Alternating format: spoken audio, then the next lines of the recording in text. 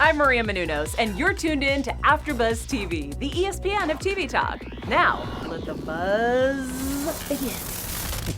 You know what we should do? I was thinking as the lights are coming on, we should be like the nuns at the beginning doing like the slow-mo weird dance. I think you do a sexy nun better than me, Jess. No. You definitely have it. So maybe next time. Maybe next. Who do you want to see do the sexy nun dance? Do you want Jess to do it or do you want me to do it? Dude, you are like setting this up so it's you next week in the middle, like doing this weird dance. Okay. So, Well, let you guys tell us who will make the sexiest pope or the sexiest nun. Yeah. What's up, guys? Welcome back to the new Pope After Show here on AfterBuzz. I'm your host, Jessie Zahner, and right here to my left is my all-time favorite host. You know him from the Vikings After Show, and as an AfterBuzz alum here, Al Gragg. Your boy, LG. Happy to be here with my girl, Jess. Let's do this again. Let's talk new Pope. Yes. So we started last week with like a lot going on, and I feel like this episode was kind of slower. It was definitely slower, more moody. Yeah. And definitely the beginning was super confusing, okay? So we start out with just like so much stuff happening and we like don't find out till later in the episode. So it was kind of weird because basically we start out with Sophia. She's like sitting in the garden and those guys were the monks, the friars. Yeah, they were like looking at her and she was like pretending she was gonna like unbutton her shirt and she gives them the finger, which is like so awesome. She was totally effing with them. Yeah. Because at first I thought the kid was like daydreaming because I'm like, this is not really happening. I was like, this has to be fantasy. Right? This has to be surreal, right? Yes. So but they always do that. They always toy like, is this real or is this fantasy? Or is this a vision? It's so funny. And by the way, I found out those guys are the friars are like the monks who were Pope Francis II. They were like his guys, like his goons, you know what I mean? But now they're kind of on the outs. So I took it like, okay, you guys aren't on the inside anymore. You guys are on the outs, so F you. Yeah. I don't know. Yeah, because they're the ones that went and took everybody's gold, took the passwords and all that. So, exactly. So now they're on the outs. Yep. So she gives them the finger. It's hilarious. But that's not like the only weird thing. So that happens. Then we see the nuns dancing again as the intro. We love opening music video sequence. Yes, exactly. And then we go into these two people with breathing masks. Oh my God. Oh, can I say this too, just about the sequence you pointed out, the new opening sequence? You guys go check out the Madonna Like a Prayer video. If you ever seen the it's basically like that. You're like right. This whole like religion mixed with eroticism, and you know, Madonna plays like this, I don't know, this religious character, almost like Mother Mary, and it's real sexy. That was the new intro to the show. Yeah, anyway. That's a good point. Okay. But you were talking about the people with the masks on, right? So then we see these people with these masks, these older people. And they're looking at these pictures, and there's like somebody removed from the pictures. Yes. I found this to be like super creepy. That's very disturbing. Yeah, I was like, what is going on? This is actually scaring me. And then the guy puts his hand up, and there was like a weird bug going into his ear. Did you see that? Yeah. I have no idea what that was about, but I was like weirded out by that whole thing. And we learned later on, that those are Sir John Brannock, the new pope that's going to be coming in. Those are his parents. That's what we learned later on. Yes. And who do you think was cut out? That was another creepy thing. Did they cut out the son who died? Yeah. Or did they cut out John because he was like their least favorite? I don't know. It was just interesting thought. So as you're watching the episode, you get more. So then you come to figure who it is. So who do you think it is? I don't think it's kind of hard for me to imagine that they would cut out John's picture because he's still living. Maybe it was just more emblematic that they cut out the son who died. I don't know. Yeah, so at first I was thinking like, oh, maybe they cut out the son who died to forget him. Right. But then why would they be staring at the picture? So I really think they cut him out because they don't even want to see him anymore. And I think they want us to think about that, and I think you put your finger on something that's probably going to be revealed later. Yes. Because we do know that that his twin brother, the new pope who was coming in, the John Malkovich character, his twin brother was the one favored by his parents. Yeah. So it's so interesting because I really was confused at the beginning of this. I had no idea who those people were and what was going on. Yeah, and they're in like, it was just really creepy. And then it cuts from that over to this nun that's praying to the Virgin Mary about make her mom well again. So then I'm like, what are those her parents? Who's this woman? Like, I totally didn't know who that was. I was Googling it. I couldn't figure it out. We don't know who that was. Yeah. And then it keeps getting weirder. Okay. So then that happens. Then Esther's sitting on a toilet. Right. Esther's sitting on the toilet, and we find out, okay, I don't want to skip ahead, but we know later on she does the interview, and then there's, but you know what, while she's sitting on the toilet, I feel like we're listening to this radio announcement of people speculating on what's going on with the Pope, and I guess like the essence is, okay, the press and the public is kind of dubious about the last Pope's death, you know, because obviously nobody likes Voyello. Yep. So the people don't like him. So people are skeptical about the death. They wonder if it's been some type of foul play. Yep. And obviously there's still the deification of Lenny. They still see him as almost like an idolater, not an idol, basically, like almost above a Pope figure. It definitely Esther does. And so it kind of sets the tone, and I think that combined, you know, with you hear this other Muslim imam talking about how Christians are the enemy. So it just, I don't know, it sets the tone how they're still under siege again. Yeah, you're right. So you see all this different stuff happening, but you're right, they're just listening to that radio. And Voyello is getting, like, even he's getting ready, and you see him getting ready while they're listening to this, but, I mean, he's getting called out. Yeah, he's getting called out, and the funny thing is, not to skip too far ahead, but he has a political answer to that, and I don't want to, you know, I know you're probably willing to get to that, but yeah, his political answer to that is obviously John Brannock's, which we talked about. Yeah. So while all that's going on, then we see Sophia. Sophia's like she's a freak, man. Oh my God, this episode's like, what is going on with her? I didn't even recognize her too because her hair is shorter this season, right? Yeah, I don't know what it is because like I think she came in later last season and she was a big role, but like now she's like standing out, like because then she's like there. And we don't know who the guy is. We don't know who that guy is. He doesn't pop up till later, but we see a man who's naked, right? And then she comes in full dressed. Yeah. You know, just sits down, you know, takes a knee. Yeah. And basically he like handles his business in front of her. And then she's just like, I'm going to have to change my suit. I thought that was hilarious. Yeah, and like I didn't know who it was. So like I was waiting to find out like who is this man, but apparently it's her husband. Okay. But we don't really know that, I guess. We don't know that at the time. So basically, Paolo Sorrentino, he likes throwing all these characters at us, and that we'll figure out who they are later. Just to kind of like red herrings to keep us guessing. So that's like what he's doing right now. That's like he's setting up. He's setting all these random characters, and we know they're going to be significant later on. We just haven't figured out how yet. Or they mean something, because like the girl in the red sweatshirt keeps coming up. The girl, tell me about I don't even. I girl missed in the red hoodie. Sweatshirt. So the girl in the red hoodie was last that's episode. Right, that's right. Among the crowd. Yeah, in the crowd. All the crowd, they are all wearing shirts. I think it's with Lenny on it. Yeah. And they're all in black shirts, but there's the one girl in red shirt. Right. And she was like shown a few times last episode, and now again this episode everybody's sleeping and she stands up. So again. She seems to be one of those like devout of his supporters of his fan club or whatever. So if anybody is watching this and you guys are like, no, if you think you know who these people are going to turn out to be, let us know, because help us out in the comments. They mean something. Like this girl in the red hoodie means something. Yeah, definitely. And that nun means something too. So hopefully we'll find out more about those guys coming up, but not yet.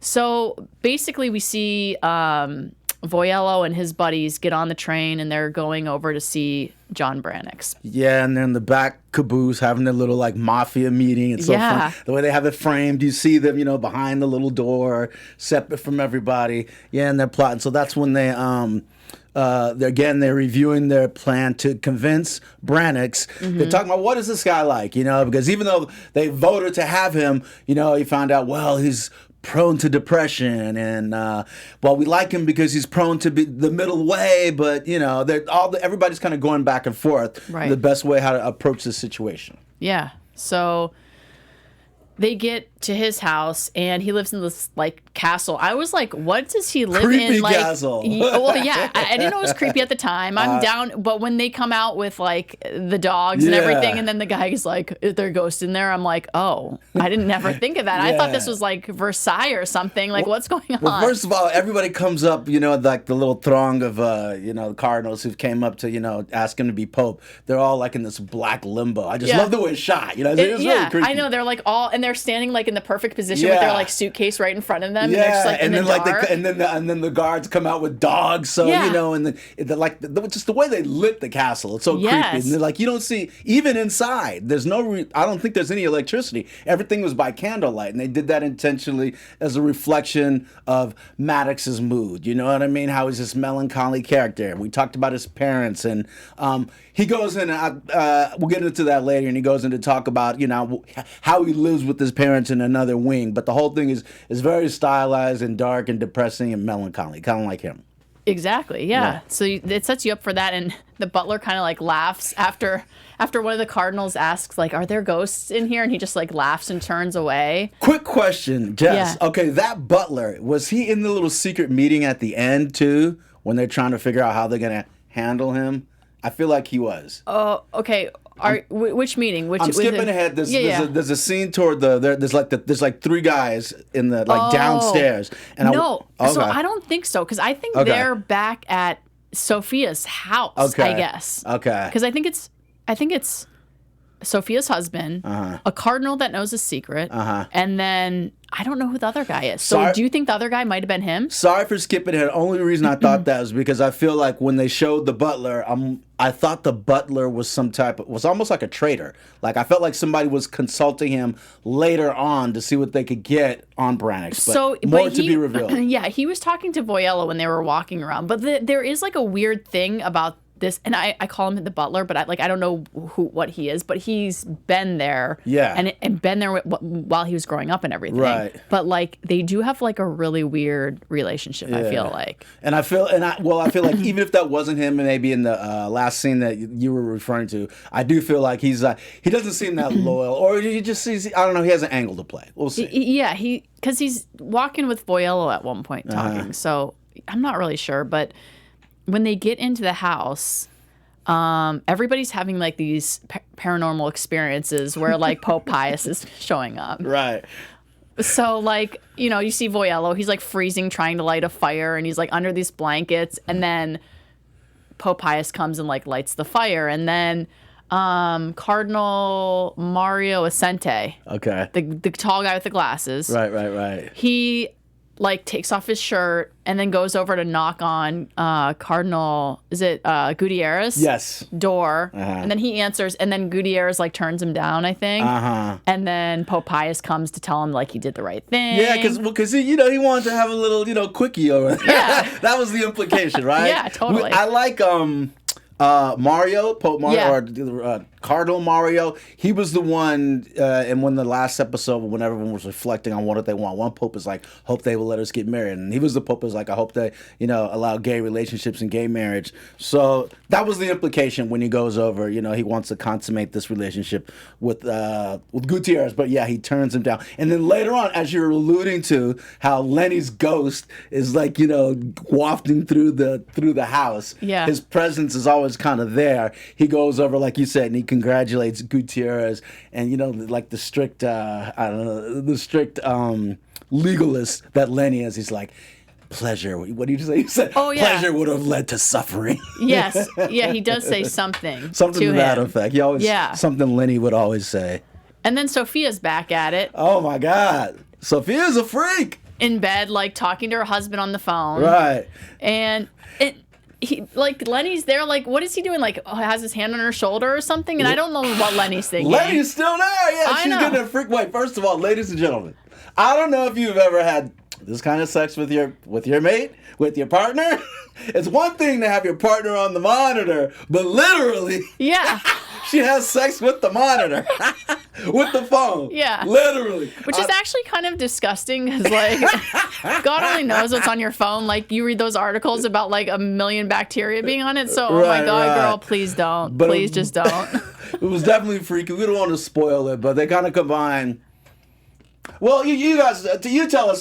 They combine two forms of sex. They combine oral sex with what do you call it? With when you do it over like the computer. Anyway, it's a combination of the two. Yeah. Anyway, I can't. There's no name for it. And Lenny's there for it too. But Lenny he kind of, puts his hand on her like, okay, you can go to rest now, after she does her thing. I don't know what he thinks of that because they're married. So, like, is that cool? Yeah, so maybe I don't know. So maybe that's why Lenny wasn't judging it because their sex wasn't a blessed union. I don't know. There you go. You said it. So who knows what he's up to there? Yeah. And then you see like a dark room, and the butler comes in, and he puts like this little box down when you don't see who it is. Right. And they reach their hand out. But then later, you kind of see his beard. Okay. And so you kind of know, like, it's John. Okay. Brannock's. Right. And then you're like, what's in the box? And you know what? They actually talk about it, too. They address the same scenario you were talking about where Maddox asks, did you come and bring my box? And did he say, no, but you were able to fall asleep anyway? He said, I brought your box. And he's like, I couldn't find it. And he's like, it was there. He's like, but I fell asleep anyways. Okay, so maybe there's something within the box he needs to fall asleep? Yeah, that's what I was thinking. Because I was like, what would be in there? It's probably drugs or like sleeping pills or something like that. But you know why he fell asleep, right?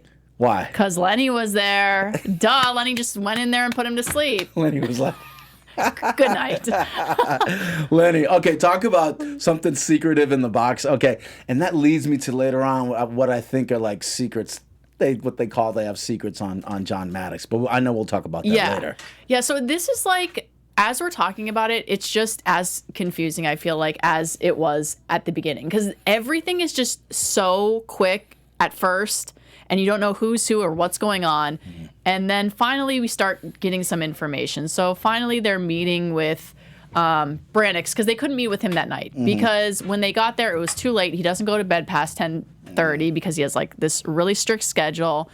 And I love that he just can't be bothered. Yeah, at all. So then they go and meet with him. And I don't know. I mean, what do you think of him so far? Like, yeah, I mean, obviously the characters are very over the top. Yeah. Clearly he's melancholy. He's lost his twin brother, and it just they show a series of flashbacks. Yeah. And so clearly he's always had this sense of, I'm sure, something being missing, lonely. It implies that he's almost not an invalid, but like the fact that he spends so much time at this castle with his parents. Yeah. Like he still lives with his parents, even though they're another wing, it says a lot. Yeah. How I guess this loss has probably traumatized him and made him, as I said, he's very fragile. Right. He's like porcelain, he's very well-spoken, he's British, he's educated, and he's obviously very intelligent.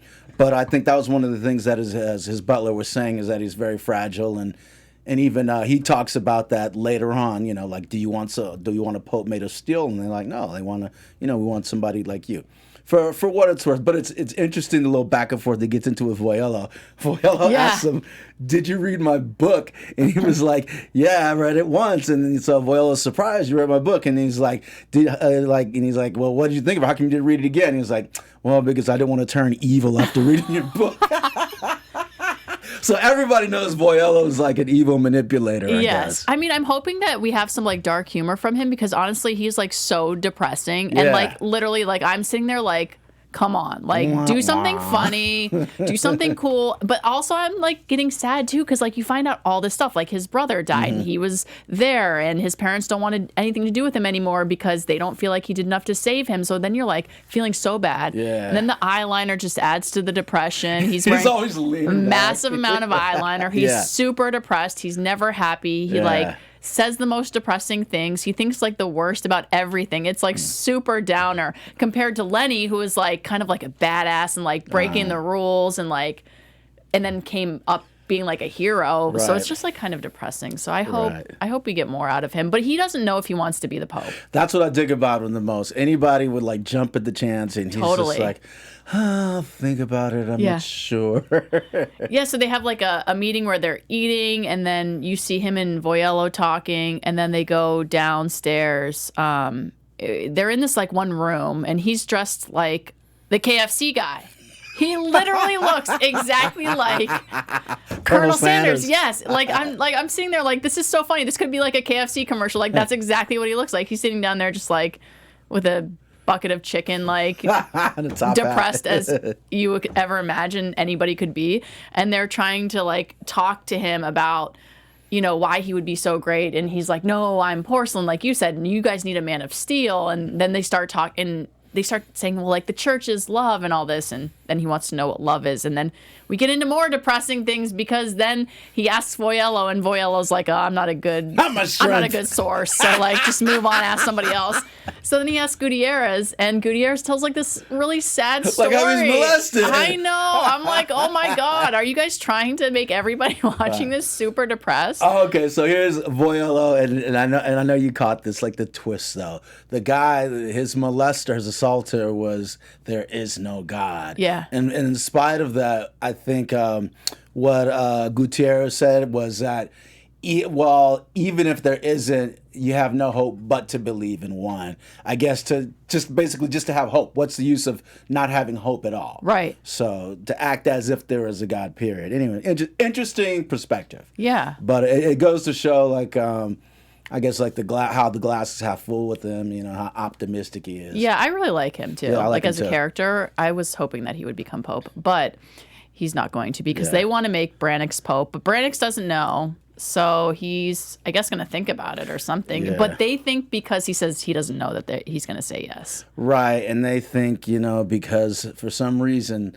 he's pictured of not being too radical, but going the middle path. Yeah. And he acknowledges, you approach me because you think I'm of the middle path. And I'm just really interested to see, like, you know, how he will shake things up, like the real deal. Like, we're still only getting like the superficial version of him. So yeah, so something we were talking about before we came on was just that this episode was kind of like setting up what's to come in the season. So we're like getting to know the characters, getting to know their backstories. But one other thing in this episode that was really important was when Sophia's husband was down in whatever room that was. I keep thinking everybody's downstairs. I don't know if it was downstairs, but they were in this like weird room. And he's like with this cardinal and some other guy, and they're just talking about hopefully getting Brannock's in. And the cardinal reveals that Brannock's is going to want to get on this guy's good side because this guy knows his secret. Do you have any idea what his secret may be? The only secret I showed, after that, or like a couple of scenes after that, they cut to Voyello taking pictures on his cell phone of these pictures on the wall. And to me, it just looked like some guy like at a punk rock rally with like a mohawk, and I'm like, okay, is that supposed to be scandalous? Yeah. And they're joking like, can you see this picture on lighters or whatever? Yeah. So I'm like, if that's supposed to be John Brannock's, you know, when he was younger and wilder, I mean, you know, I think that could work out the opposite. Like, people might think he's cool, but maybe it goes a lot deeper than that. We haven't found out like how deep his scandal goes. Yeah, so it's funny because the guy in the room, not the husband, not Sophia's husband, but the other guy asks what the secret is, and he just laughs because he's obviously not going to tell. Right. I that's what I'm assuming. But so that was Sophia that was taking the pictures, I believe. Voyello might have been too, but I'm thinking like, oh, her husband must have called and said there's some secrets on him, and then she went like looking through the house for stuff, and that's what she came up with. Bam. Him in like the punk rock, and like I think he had like a mohawk, and it's like, well. He's wearing and he's wearing eyeliner, so he's still right there, like the punk rock Pope. So we're gonna find out if he will become Pope, I guess. Yeah, I'm thinking he might. Yeah, it's looking like it. Yeah. So until next episode, I guess. Yep. That's really all for that episode because we're really just getting set up for this season and who's who and their backstories. So I guess we'll have to wait till next episode to find out. But. Now, Jess, do we have time for the most scandalous Pope segment? Can we do the most scandalous popes? Because we're about to have another scandalous Pope, maybe based on his secrets. So Al has some. And along that segue, I'll try to sneak it in. We're trying out this new segment, so thanks, Jess. Anyway, we're going to be doing this segment about the most scandalous Pope, since we're dealing with all these scandalous popes. And the one we're going to start off with is Pope Alexander the Sixth. And better known as Rodrigo Borgia.